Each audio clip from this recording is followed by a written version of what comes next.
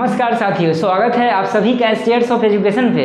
कैसे हैं आप सब? I hope you will be fit and fine.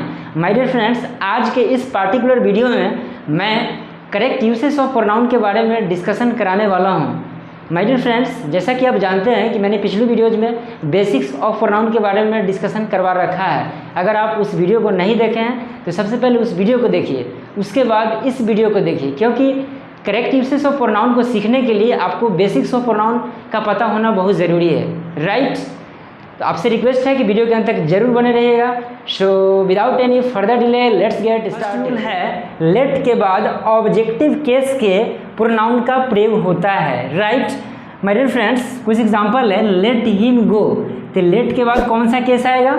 Objective case आएगा। यहाँ पर क्या है?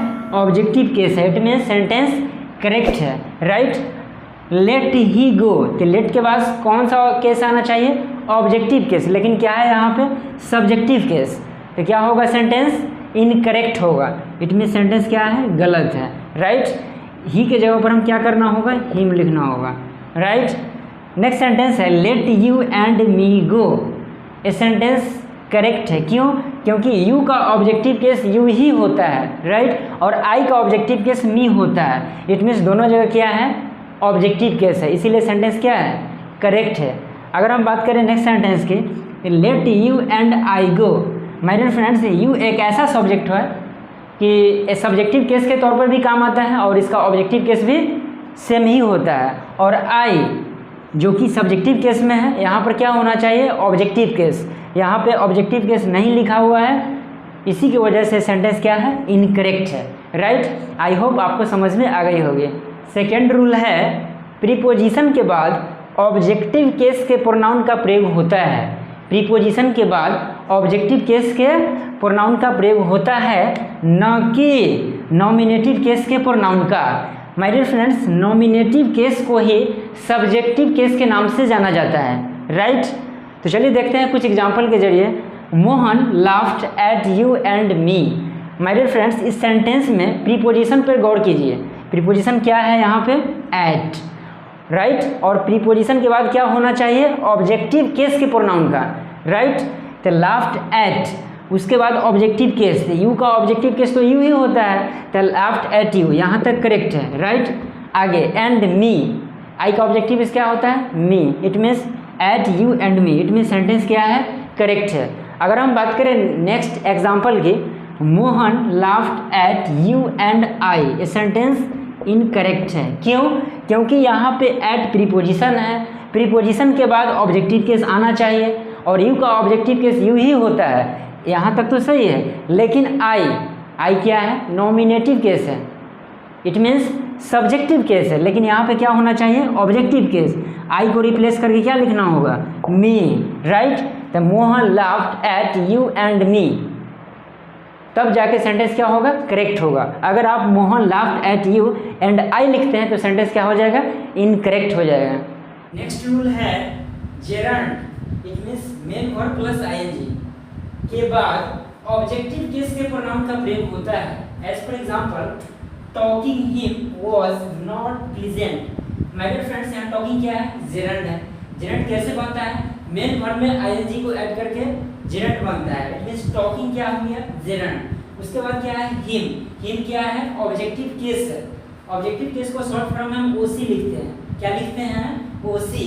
इट मींस हिम क्या हो गया? Objective case was not pleasant, it means gerund के बाद ऑब्जेक्टिव केस के प्रोनाउन का प्रयोग होता है।